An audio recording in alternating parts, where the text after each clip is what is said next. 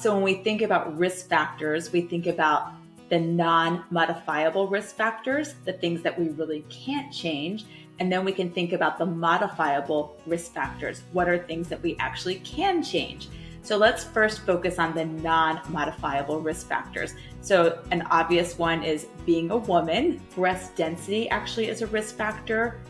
Strong family history is important.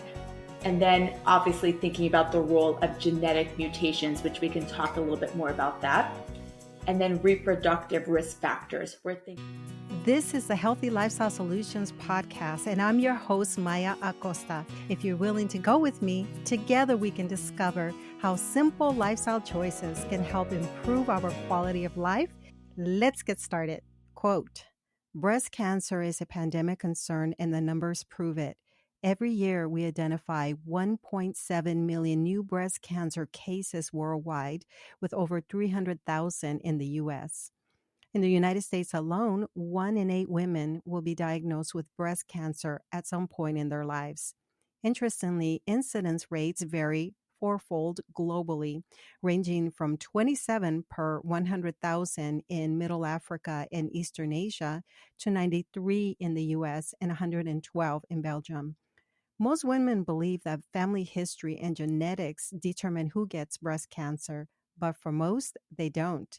Inherited mutations like the BRCA only cause 5 to 10% of breast cancer. This is an excerpt from Dr. Christy Funk's Breast, the Owner's Manual. Today, my guest, Dr. Amy Comander, an expert breast oncologist and director of breast oncology and survivorship at the Mass General Cancer Center in Waltham and Newton Wellesley Hospital, is here to answer our questions. She will explain the difference between non-modifiable risk and modifiable risk factors and what we can do about them. We will learn how to reduce our risk of breast cancer.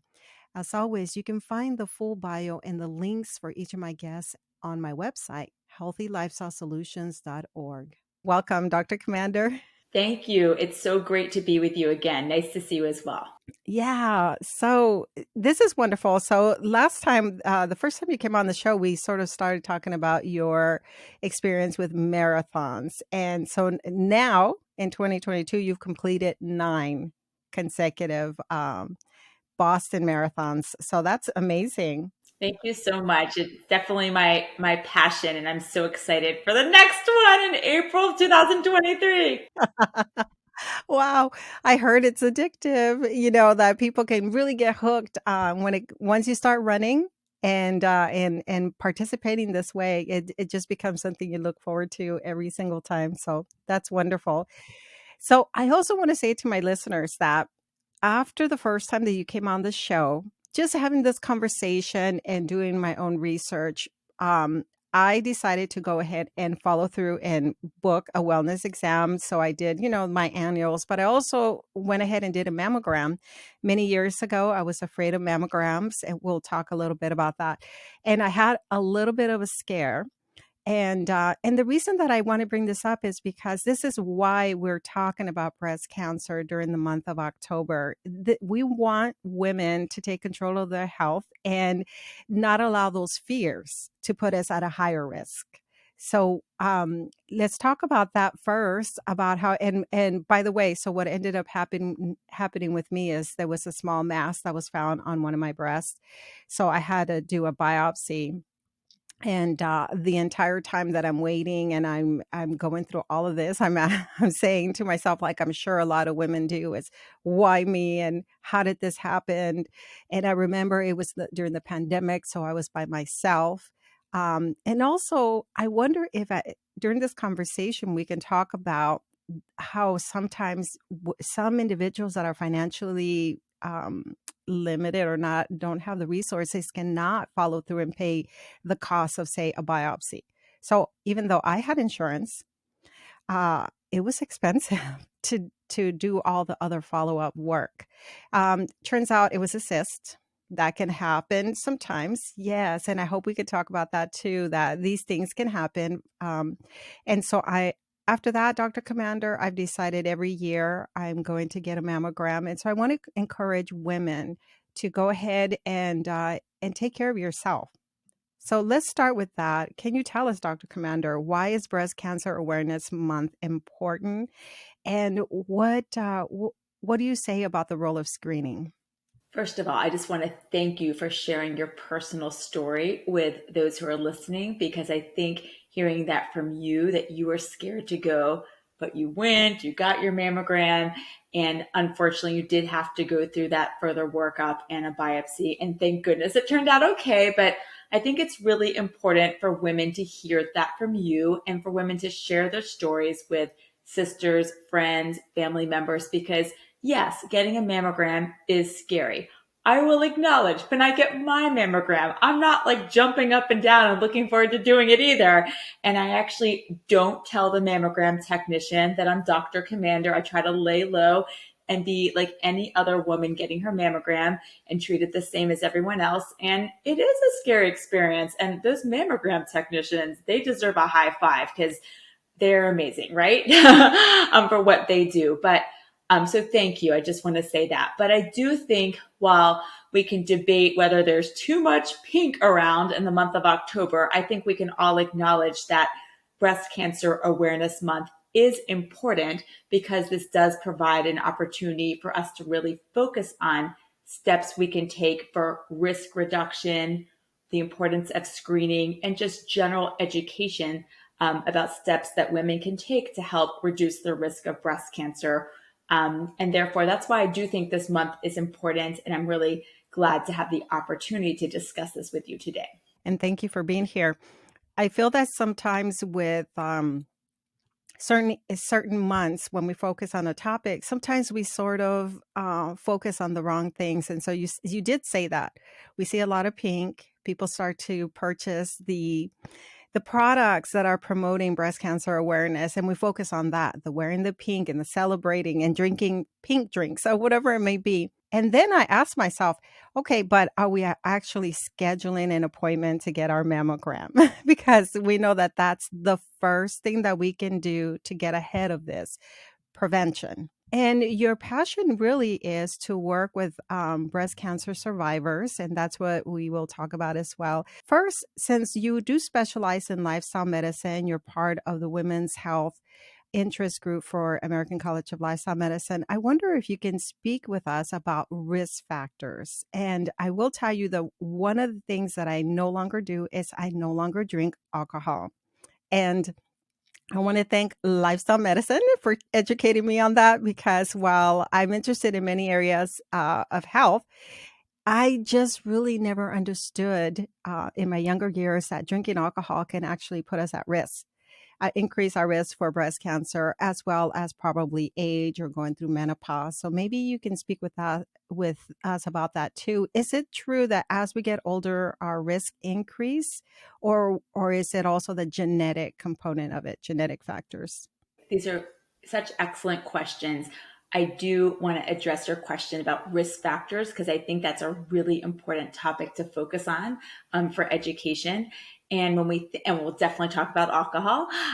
So when we think about risk factors, we think about the non-modifiable risk factors, the things that we really can't change. And then we can think about the modifiable risk factors. What are things that we actually can change? So let's first focus on the non-modifiable risk factors. So an obvious one is being a woman. That does increase your risk of breast cancer. Increasing age is a risk factor. We're all getting older, which actually is a blessing, but it is a risk factor. Other risk factors include things like thoracic wall radiation. So if a woman had, unfortunately, let's say a type of cancer at a younger age that required radiation to the chest wall, that is a risk factor. Certainly, we are using that less often now as we treat cancer, but in the past, radiation was often used to treat diagnoses such as Hodgkin's lymphoma. Breast density actually is a risk factor. Strong family history is important. And then obviously thinking about the role of genetic mutations, which we can talk a little bit more about that. And then reproductive risk factors. We're thinking about factors such as age of menarche, when the period started, when periods may end, how many pregnancies a woman may have if she does have a pregnancy, So that's another important component to thinking about risk. And then finally, the last one is whether a woman's ever required a breast biopsy that showed an atypical breast lesion that's not a cancer, but could increase risk. So I know I laid out a lot of things there. I should say, if one of your listeners wants to look into that a little bit more, the American Cancer Society website actually does a beautiful job outlining these non-modifiable risk factors so that a woman can read that and really have a good understanding of each of those factors and how they could contribute to her risk. And then when we get to the modifiable risk factors, this is the part that we should also be very interested in because these are the things we can actually change, right? And that's where often lifestyle medicine can play a role. So one of them is tobacco use. We often think of smoking as associated with lung cancer, but actually tobacco use can also be associated with an increased risk for breast cancer. So that's an important one to know about. Other risk factors or other factors that we can modify include physical activity, our reproductive history, whether we're able to breastfeed or not, and alcohol consumption, which you mentioned. And then for postmenopausal women, obesity is a risk factor. Interestingly, obesity is not a risk factor in premenopausal women. And researchers are still trying to figure out exactly the mechanism for that. But I think I do want to focus on the alcohol topic because you mentioned that earlier, that that message is not really well conveyed to the public, that alcohol, unfortunately, is a carcinogen and can increase the risk of not only breast cancer, but other cancers. So we do strongly encourage women and men to limit alcohol consumption. Certainly, in the ideal scenario, a person would not drink at all. But certainly, if there are special occasions and things like that, I encourage individuals to really limit alcohol consumption to really no more than 3 to 4 drinks a week. Thank you for that. So I have a question about breast density, and you did say that we can visit the American Cancer Society's website, and I'll add a link in the show notes. But Correct. and so we can read more about all of these non-modifiable factors. But can you tell us just a little bit about what you mean by breast density? Is this also related to weight? That's a great question. So, breast density is a complicated topic, and really, what does that refer to? Sort of the appearance of the breast tissue on the mammogram when the radiologist is, interpreting a woman's mammogram, and there's certain factors that they look at in terms of, what does the breast tissue look like, how much fat is present, etc. And certainly, breast tissue that is more dense can be a little bit more difficult to interpret on the mammogram if there is potentially a small cancer lurking there. But studies also show that just having breast density can also potentially be associated with an increased risk of breast cancer. So teasing these things out can be complicated. And in some women who are noted to have increased breast density, it is possible that a additional screening modality may be recommended in some cases a breast ultrasound or in some cases a breast MRI. So certainly these are important factors to evaluate that a patient can discuss with her primary care physician or her gynecologist. And certainly the obesity factor does play a role in terms of risk for breast cancer, but really in postmenopausal women. So it is a really interesting question why that is not seen in the premenopausal population. And certainly lots of researchers are really looking into that further. It is interesting. Going back to alcohol, because this week, as of the time that we're recording this episode, I was featuring a group, but really the leader of this group that endorses or offers support for sobriety. Many of her members are female. And we talked about how women have been marketed to when it comes to alcohol, that, we are sort of, I don't want to say brainwashed, but what we see in terms of marketing is that we deserve that extra drink. We deserve the mommy juice. We have so many responsibilities. We work hard every day. So we just need a glass of wine. And so she's designed a group to offer support to anyone who's ready to put down the glass. And that's sort of where the conversation came up about, alcohol being a carcinogen. And this was the first time that I learned that the World Health Organization labeled alcohol. And I think it was in 1988 or something like that, labeled alcohol as a carcinogen. And and I said to myself, well, if I know that today, like I didn't know that before, but we have so like mixed messages in the media about whether it's heart healthy to drink wine or whether it's not. We hear about Alzheimer's associated. The risks go up when we consume alcohol as well. So it just seems like the right thing to do, or at least the easy thing to do, is just not drink. I would agree. It is unfortunate that that message is prominent in our culture. I totally agree with you. And alluding to something you mentioned earlier in our conversation when thinking about Breast Cancer Awareness Month and all the merchandise that is out there that is pink. The thing that bothers me the most is those pink drinks. Like go to this bar and get a pink martini or a beer that's in a pink can. That's just wrong. Okay. Like Yeah. really, I don't care if a percentage of sales goes to support breast cancer research. Really, there's no way that marketing alcohol in any way should be something we should be doing to support Breast Cancer Awareness Month. So, Yes. anyway, that I'm glad that you mentioned that earlier too. And I think it's a really important message for your listeners. Yeah, so and we will talk about the role of education, of how important it is. The more we become informed, the more we can empower ourselves. And as always, when you're on, I'd like to showcase some of the books by the Women's Health Group. So I'm going to pull this one up, and also you work closely with Dr. Beth Frady's the Lifestyle Medicine Handbook. I wanted to just, share again with our listeners that it's available. And I've said before that you can buy it on Amazon as well as Paving the Path. I believe Yeah. it's there as well. And improving women's health across the lifespan.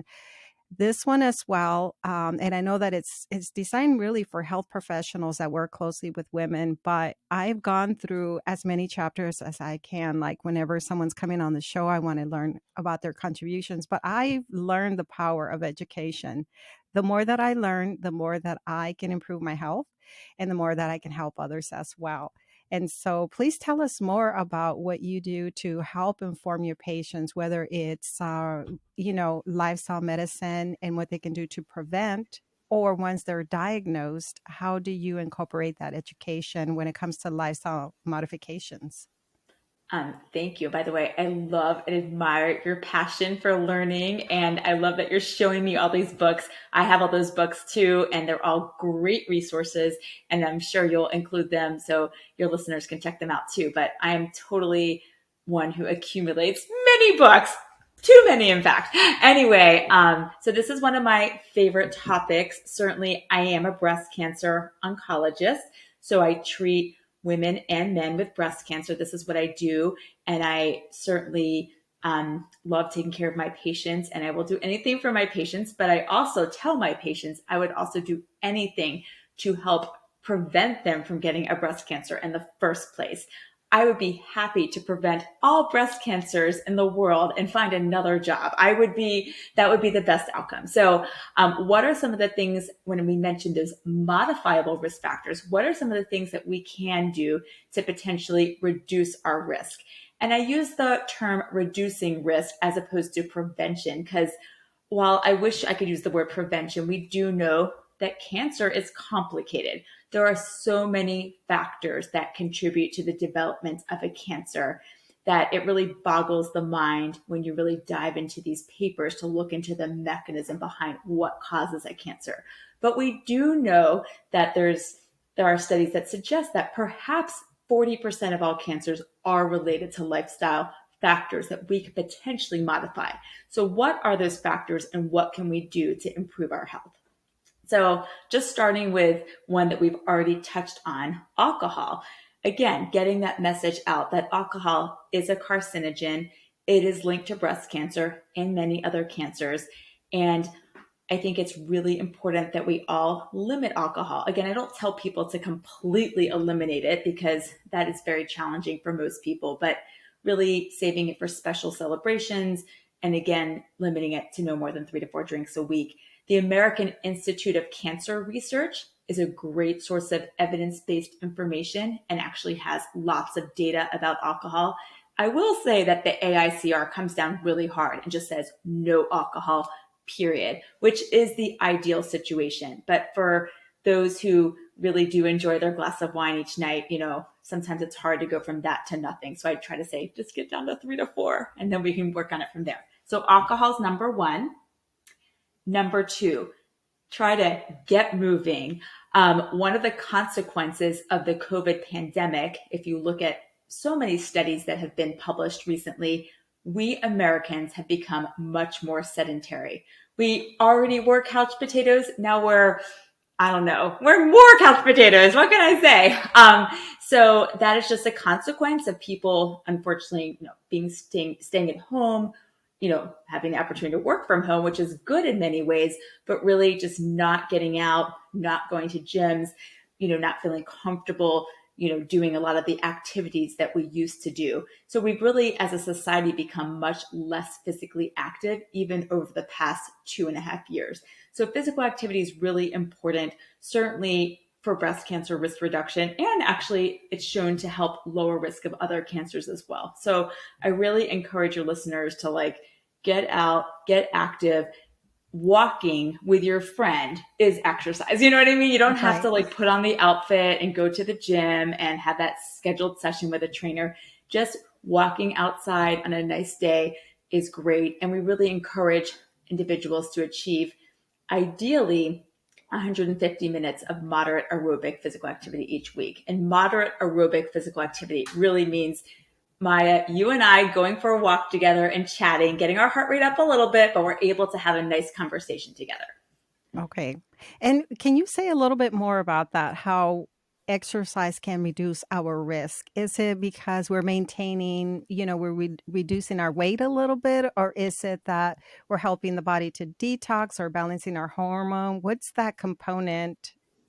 Yeah, that's such a really interesting question as well. What is the mechanism by which exercise does help reduce the risk of cancer, or in those who've had cancer, potentially reduce the risk of recurrence? And there's certainly many brilliant scientists looking into the actual mechanisms of this, often in animal models, where you can study an animal and see what's happening with hormonal levels of things such as insulin-like growth factor, etc., and really trying to understand, what is going on in terms of inflammatory pathways in an organism or in a human that help explain the mechanism for the benefit of exercise. So I do think it's multifactorial. I don't think we fully understand exactly what is the true cause of the benefit, but I think it's definitely an area of active interest that I am following closely as well. So it's not just weight, because that's interesting. A person can still be, not necessarily lose weight, but that physical activity still does convey significant benefit. Or just thinking about mental health in general and what exercise does, or just walking the blues away. At least for me, spending time in nature not only improves my mental health, but then I want to eat healthier. It's just this thing that happens as a result of being in nature and being physically active. So I definitely agree with you. And I feel like personally, during the course of the pandemic, I found that the physical activity piece, my running or whatever I was doing, definitely helped me manage my own stress and anxiety with going to work and whatever I was going to encounter that day in the hospital. And we do know, again, at a scientific level, there's so many fascinating studies looking at changes in our neurotransmitters in our brain and other growth factors that really play a role in our mood. And it's another really interesting area, but I completely agree with you on that one. yes, yes. So what else can we do? So you talked about exercise, and I think you were continuing on with lifestyle medicine. So yeah, we talked about not smoking, limiting alcohol, trying to not be sedentary and be more active. Just another point on the sedentary behavior, again, with many of my patients who are still working from home, and they're actually very happy to do so. And I understand that, but they're finding that they're in front of a computer all day, maybe on Zoom or other platforms. So we really try to strategize about ways to incorporate movement into the day. And it is challenging. One easy solution is figuring out a way to have a standing desk. And certainly you can purchase a standing desk, which obviously can be costly. Or I've seen lots of creative standing desks, like taking a bunch of books, stacking them up, and putting your laptop on top. And, there's lots of fun ideas on the internet for how to create a standing desk. But that's one easy example. Maya, I bet you have a standing desk, don't you? It's so funny, Dr. Commander, that you should say that, but it's not a standing desk, but I literally stand like this. Like Oh, yes. when I'm editing, I stand because this is actually it's I don't know what you would call this piece, but I bought it from a store. Anyway, it's something that you can have in your dining room space, and it seemed perfect for the work that I do. But yes, I get tired of sitting. As you know, I'm sitting now. And the advantage of working from home is that I have a dog and he needs to get out. And so, in between when I'm working, whether I'm editing or doing anything on the computer or doing interviews, I get up and I take him for a walk. And I do power walks. So, I because love I it. need the exercise, or I get up in between and I start cooking, or I do laundry. I just start doing something because honestly, my legs do not like to sit for very long. It's just something that I just don't like, the feeling of being stiff, for example. Yeah, that's absolutely true. Yes, dogs are a great solution for those who feel like they're maybe not getting enough activity during the day. Dogs and children, little children running around. But um, but another idea, I'm just thinking of strategies I've discussed with my patients. I don't know if you're into yoga, Maya, but there's a lot of yoga positions or postures that one can do even at a desk or standing up for a few minutes in between Zoom meetings or things like that. And that can be a nice way to kind of take a little break in between meetings and get some physical activity in.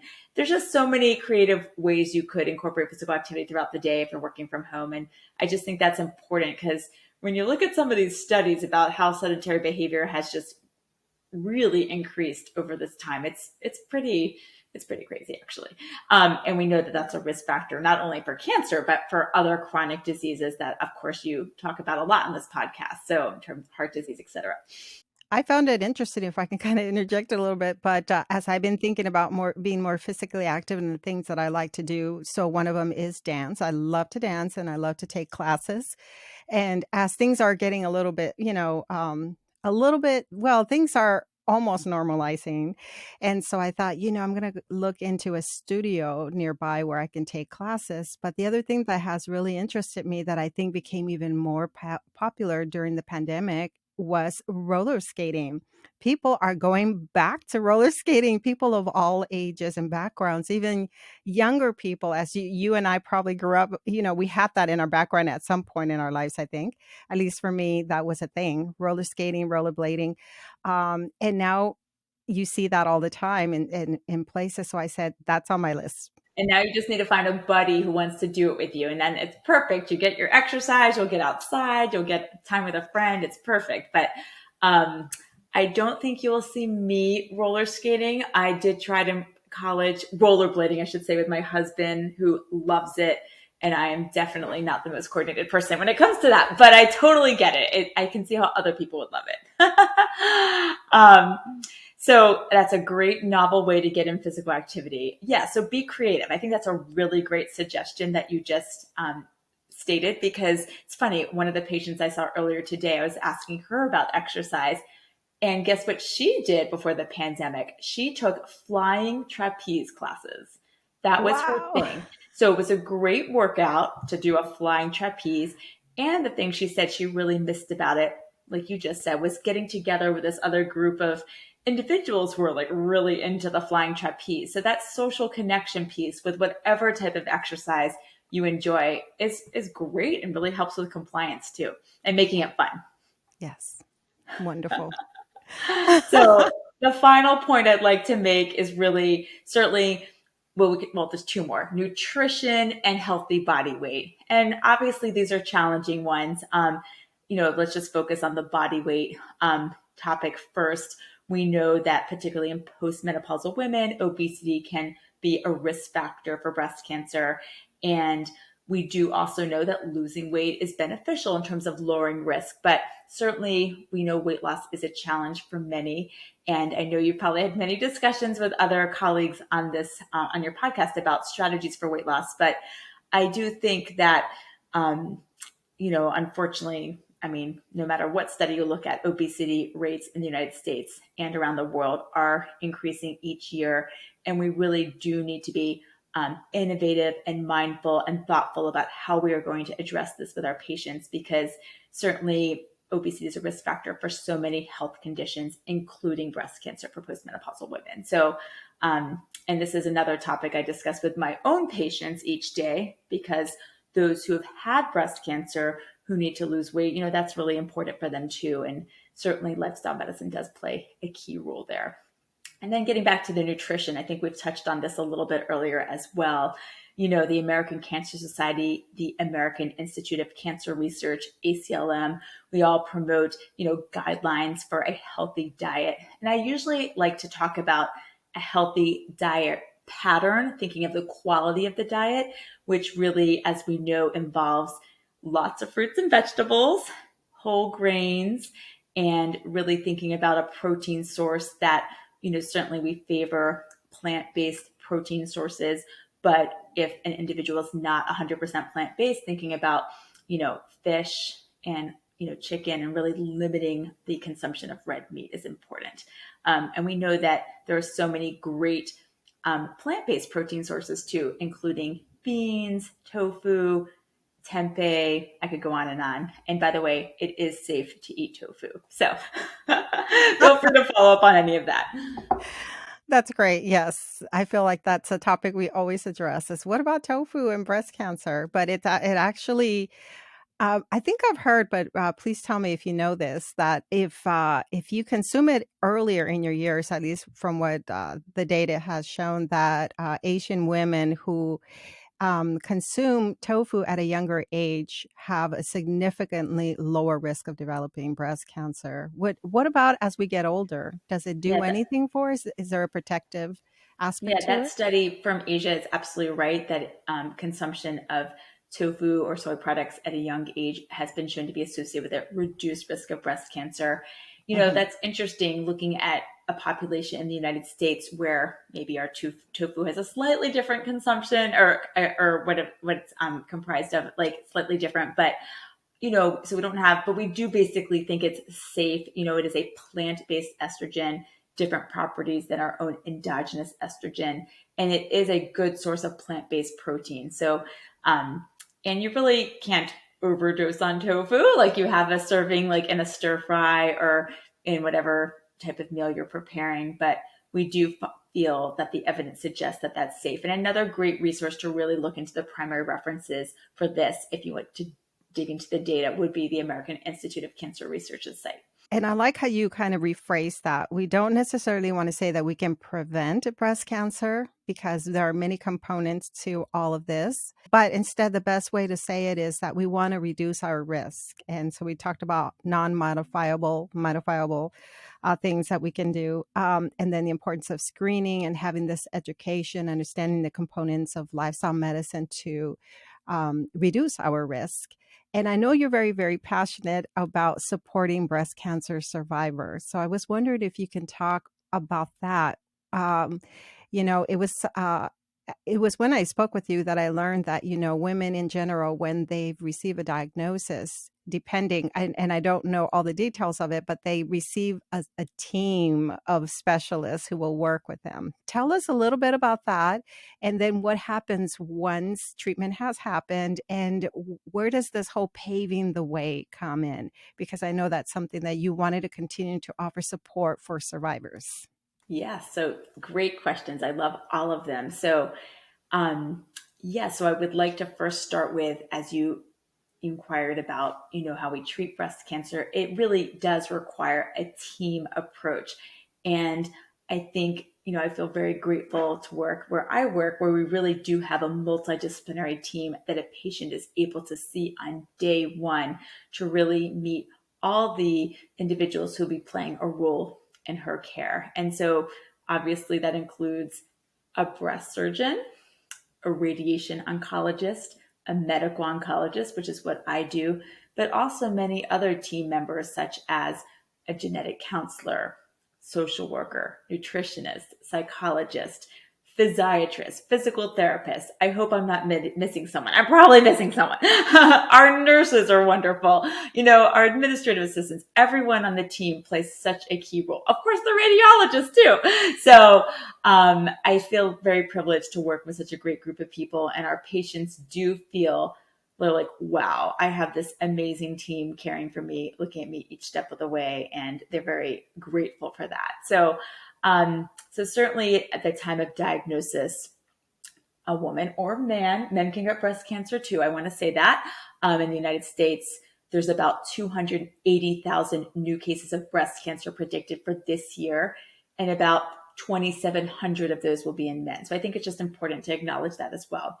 But when receiving a new cancer diagnosis, again, certainly it's very overwhelming. And that support piece that you mentioned is really key. So I always talk to my patients about, can I refer you to our social worker to get some support and link to resources in the community that can help you? Would you like to meet with our psychologist?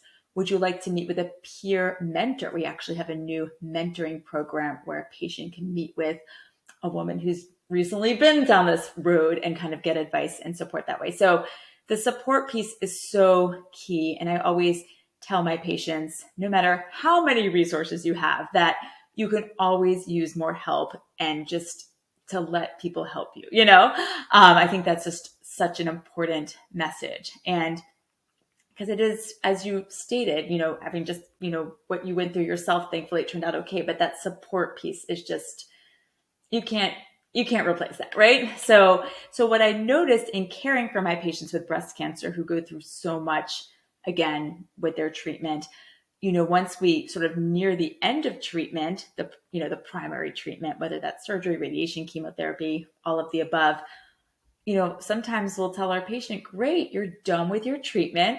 I'll see you in 3 to 4 months for a follow-up visit. Bye. And you can imagine our patients are like, 3 to 4 months. Like, they're so used to coming to our cancer center and having, seeing all of us all the time and having these intense discussions about the next steps in their treatment, et cetera. And then they're just told to, like, see you in 3 to 4 months, which, we think they're grateful for that. They don't have to go back to the hospital, but often that leaves people feeling very, uncomfortable, like, oh my goodness, like, I have breast cancer and now what? And that's really where this program was born from, the Paving the Path to Wellness, because I realized there was such a need to provide further support for individuals with a cancer diagnosis, but also education. My patients, women, we ask lots of questions. We want to know everything. What should I be eating after a breast cancer diagnosis? What should I do about my sleep habits? How can I manage stress? What is the role of exercise? What is the role of, my community? And so that's really what this program was designed to address. And I've talked a lot, so I'm going to stop and let you ask a question. No, I thought you were doing a great job. I'm just listening to this going, yes, as a matter of fact, I've heard you say. So the goal is to support the survivor initially because she suddenly is by herself, depending on, we don't know. But the team was very supportive. So suddenly here she is, at home and expected to live her normal life. So part of me wonders how easy it is for loved ones, family members to support a cancer patient just in general. Like, do we know how to speak to the individual or what to offer, how to offer support? That was one question that I had. The other one was, I've heard you say that the longer the individual goes on from, after the cancer is in remission, the longer the time passes, the higher the risk goes. As time passes, there's a higher risk for a recurrence. Is that right? Well, just to address that, great question. I should just say, and maybe I should have said this earlier because I usually try to explain it this way. Breast cancer obviously is not one cancer. There's many different subtypes of breast cancer, which I just want to make sure I can clarify that. And not to get into too many details, but there's many subtypes of breast cancer depending on hormone receptors, something called the HER2 status, and other subtypes that we look at. So the subtype of breast cancer is really important along with the stage for assessing a patient's prognosis and likelihood for experiencing a recurrence.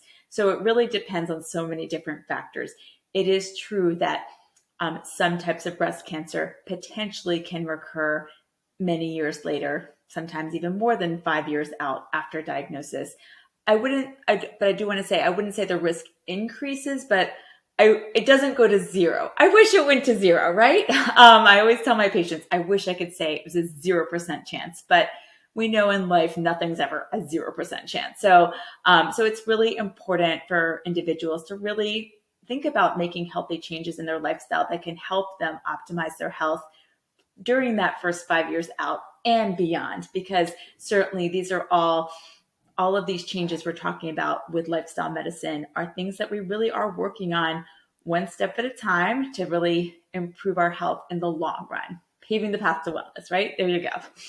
It's not just the type of cancer, but also, like you said, how advanced it is. So again, the importance of screening so that we can catch these things early. So that's one thing. And I was wondering, since you're on that topic, if you can talk about the BRCA gene and how some women now it's becoming more common that women are being tested. They're seeking this out to see if there's something they can do on the preventative end to reduce their risk. So I've often wondered if you can address that. I've wondered if an individual is diagnosed or has the gene, the BRCA gene, and then they do bilateral mastectomy. At that point, is her risk for breast cancer zero?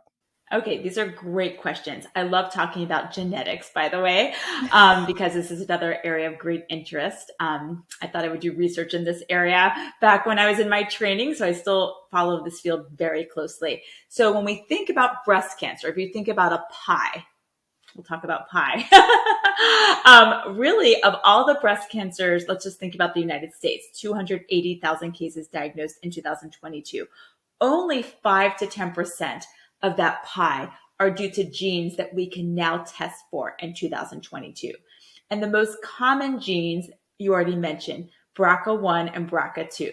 So those are the ones that really account for about 50% of that 5 to 10% of the pie. Okay. So that's why we've heard about those the most.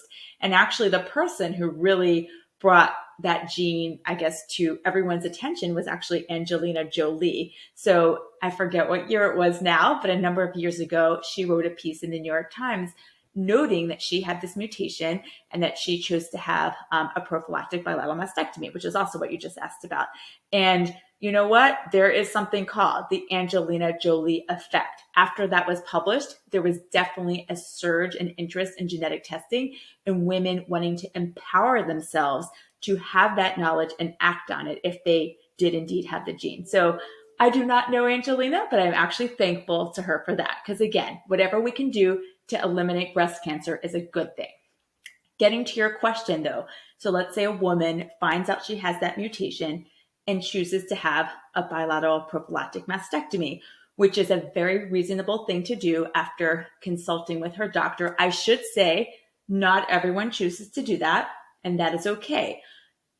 A woman does not have to do that. A woman might choose instead to have a more aggressive screening approach with mammograms alternating with breast MRI. So I don't want anyone to feel that, oh my goodness, I could never imagine doing that surgery. It's not for everyone. But if someone chooses to have that surgery, your question was, does it 100% reduce the risk of having a breast cancer? And I think the answer really is, I would say 99%. Why do I say that? It's interesting, but when doing these surgeries to remove the breast tissue, there may be like a little bit of breast tissue left behind. And I know I'm not a surgeon, so I'm not going to explain that as well as a surgeon would, but there is the theoretical chance that there's a small amount of breast tissue left behind. So in theory, but practically speaking, it would be extremely highly unlikely for a woman to develop a breast cancer after having a prophylactic bilateral mastectomy. So I hope that answers your question. Oh, yes. It's such a personal decision. For sure. And if you do like this genetic testing and you're told, yes, you definitely could develop breast cancer as a result of this, that such a personal decision. I can imagine the fear, but also the empowerment, like you said, like, I'm going to take control of this. It's not going to get me, and to part with our breasts, which, it's got to be a difficult decision. Right. But I applaud women who are wanting to do this for themselves and want to take control. And so now I did ask you this before because you just said it's only about 5 to 10% of breast Of our cancer pie. diagnosed Yes. of the entire pie. So it's not necessary for all of us to go and get tested. Well, that's a great question. I should talk more about that. So again, think about our pie. 280,000 cases a year, 5 to 10% are due to genes that we can test for in 2022. There are still patients I see, many families where there's a lot of breast cancer, but we have not yet found the gene.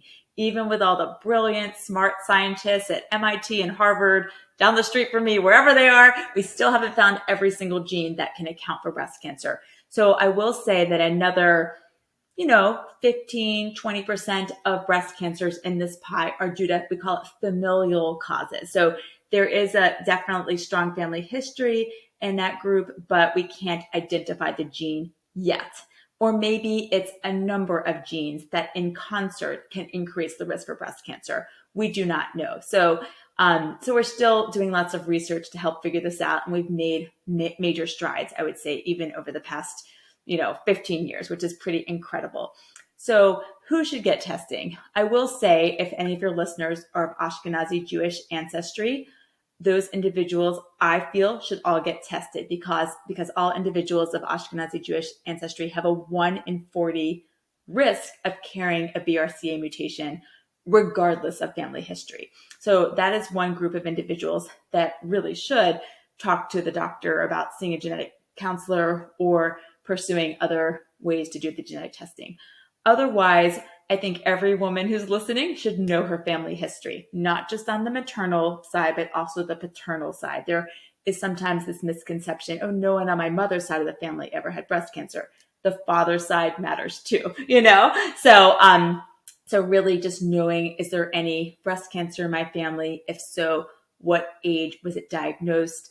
Is there any ovarian cancer in my family? Because with BRCA, it's breast and ovarian cancer that tend to associate most strongly. So I think it's really important for individuals to know their family history when it comes to cancer. Thank you for that. And I did ask about how we can best support our loved ones who are going through breast cancer. So I'm not looking for an answer on this one, but I have a cousin. She's very young, extended family member cousin. She was 23 when she was diagnosed with breast cancer, and it was, she survived.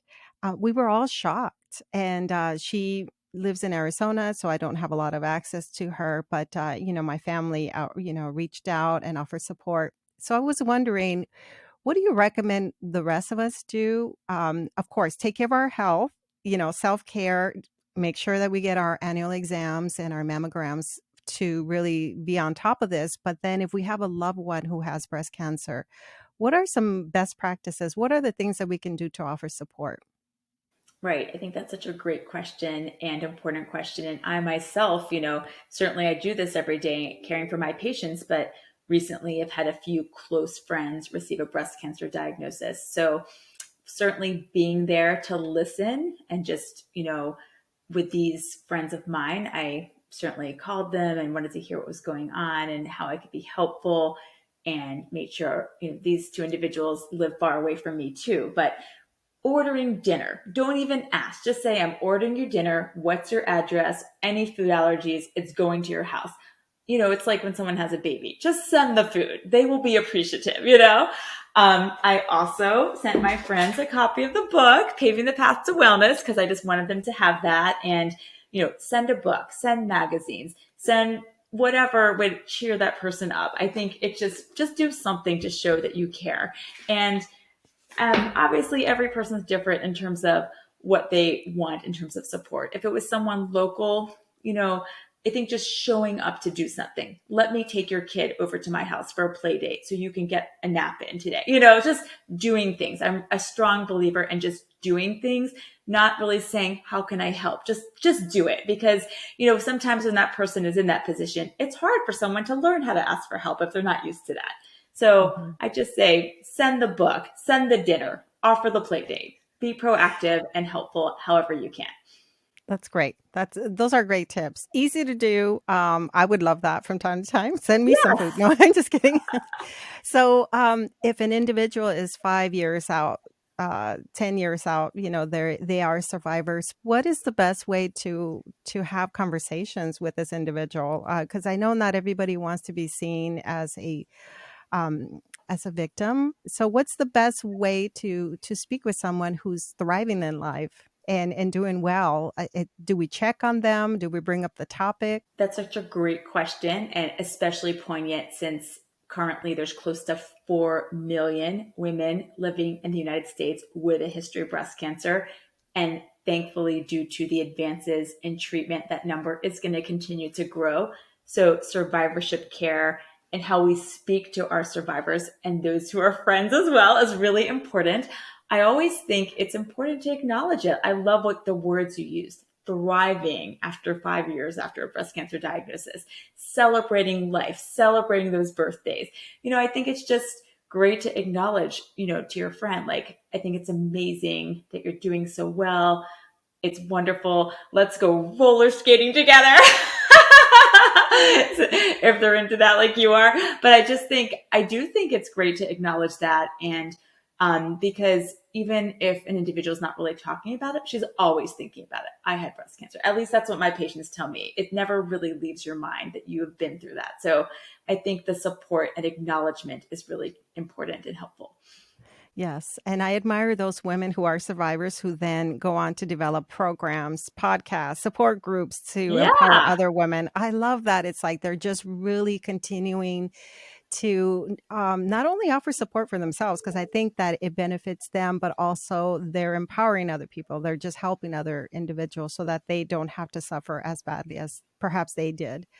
that Um, reminds me of a quote that I really want to share with you that I actually posted yesterday on my own Instagram because I saw this quote and I really loved it. But it really applies to you, Maya. So I'm going to read it, okay? okay. Since you get more joy out of giving to others, you should put a good deal of thought into the happiness that you are able to give. And that was from Eleanor Roosevelt. Wow. That's beautiful. Thank you so much. And Dr. Commander, are you going to the Lifestyle Medicine Conference this year? And is there anything going on with the Women's Health Interest Group? Because I think in 2021 they did some pre-conference workshops or something like that. Yes, so I'm so excited to attend my first lifestyle medicine conference in person this November. I will be getting there a little bit late because we have a special family event the weekend before. It's actually my son's bar mitzvah, but I will arrive at the conference on Monday. I'm thrilled, and I'm really excited to be giving a workshop actually along with Dr. Beth Frates and Dr. Michelle Tollefson, and we're going to be discussing strategies from lifestyle medicine that can help address physician burnout. Actually, I shouldn't say that. Burnout in healthcare workers in general, because it's not just physicians who are burned out these days. We know it's affecting individuals in many professions. But so I'm really looking forward to that. And I know the Women's Health Group also has a great workshop. And I think it's the weekend I'm not there. So, but you should definitely check it out. There's a lot of really great information that'll be presented at that conference. Wonderful. I think your topic is very important. I think that it's only until physicians learn about fields like lifestyle medicine that they begin to self-care and begin to see a different perspective in terms of how they can practice medicine in general. And I know, and I've said this often, that my husband, his perspective changed, his energy and the way that he works with patients completely changed once he discovered lifestyle medicine. That's So yeah, I wonderful.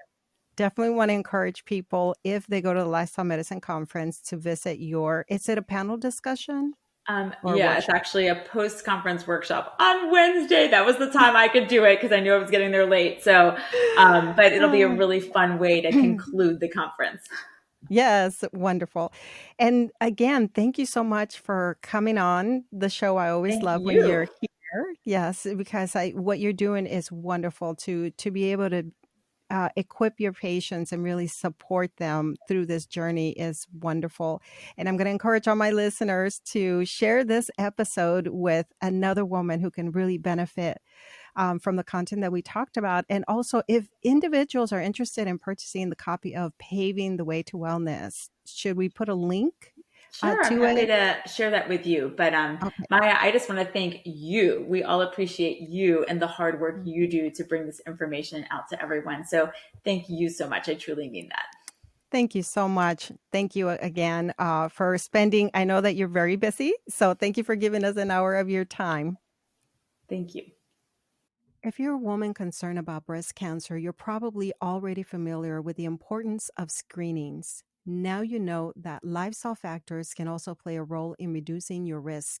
In this episode, Dr. Amy Comander discussed the importance of Breast Cancer Awareness Month and shared tips on reducing the risk of breast cancer. Dr. Comander recommended that we limit alcohol consumption. As we previously discussed, in 1988, the World Health Organization categorized alcohol as a carcinogen. We can assume that no amount of alcohol is the safest. In a previous episode, Janet Guron, the founder of Tribe Sober, joined us to discuss how she supports people in putting down the glass and in taking control of their health. Janet is also a breast cancer survivor. Visit episode 225 if you'd like to learn more about living a sober life. Dr. Comander went on to explain that maintaining a healthy weight reduces our risk for breast cancer. We do not know why overweight postmenopausal women have a higher risk of developing breast cancer. However, she advises that we work towards reducing extra weight by exercising and eating a plan-forward diet. Regular screenings are essential to catch potential problems as early as possible. We discuss fears that women have about being exposed to radiation. I shared my story of having a scare that led to a biopsy. I now plan for a yearly mammogram. To reiterate Dr. Comander's recommendations, here are the steps that you need to follow to reduce your risk of breast cancer. Number 1, educate yourself on risk factors. Number 2, modify your lifestyle. Number 3, get regular screenings. Number 1, educate yourself on risk factors. The American Cancer Society's website is an excellent resource for information on breast cancer risk factors. You can start by reading up on the topic. You can also talk to your doctor or a breast cancer specialist to learn more about your risk factors. Non-modifiable risk factors are being a woman, increasing age, radiation to the chest wall, breast density, strong family history, genetic mutations, and reproductive risk factors. It is important to remember that even if you have one or more risk factors for breast cancer, it does not mean that you are guaranteed to get the disease. Many women with risk factors never develop breast cancer, while others with no known risk factors are diagnosed with the disease. Number 2, modify your lifestyle. 40% of all cancers are related to lifestyle factors that we could modify. Modifiable risk factors are things that we can change, such as quitting smoking, physical activity, alcohol consumption, and obesity in postmenopausal women. Number 3, get regular screenings.